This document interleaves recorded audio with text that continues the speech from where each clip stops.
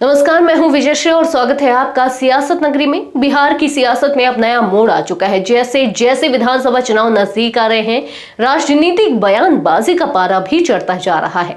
अब उत्तर प्रदेश सरकार में मंत्री और सुहेलदेव भारतीय समाज पार्टी यानी कि एसबीएसपी के अध्यक्ष ओम प्रकाश राजभर ने विपक्ष पर जबरदस्त हमला बोलते हुए बिहार में फर्जी वोटरों को लेकर नया विवाद खड़ा कर दिया है।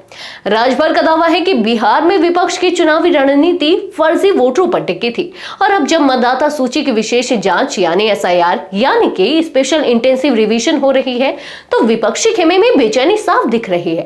उन्होंने कहा कि अगर कोई व्यक्ति अब इस दुनिया में नहीं है या किसी और राज्य में बस चुका है तो उसका नाम वोटर लिस्ट से हटाना एकदम जायज है।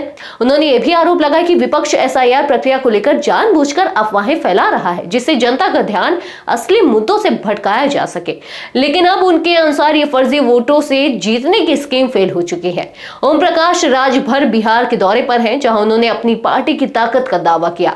उन्होंने कहा कि राजभर राजवंशी, लुहार और अन्य अति पिछड़ी जातियां अब बदलाव चाहती हैं और एसबीएसपी को पूरा समर्थन दे रही हैं।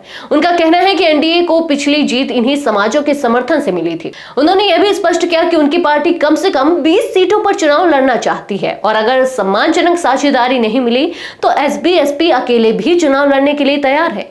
वहीं बीजेपी अध्यक्ष जेपी नड्डा से बातचीत के बाद कहकर उन्होंने भविष्य में एनडीए के साथ गहरे रिश्तों के संकेत दिए।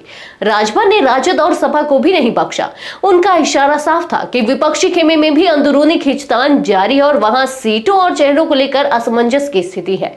बिहार में इस बार का चुनाव सिर्फ मुद्दों पर नहीं बल्कि फर्जीवाड़े के आरोपों और जाति समीकरणों की जंग भी होगा। जनता सब देख रही है, कौन सच्चाई की बात कर रहा है और कौन सिर्फ शोर मचा रहा है। आज के लिए बस इतना ही।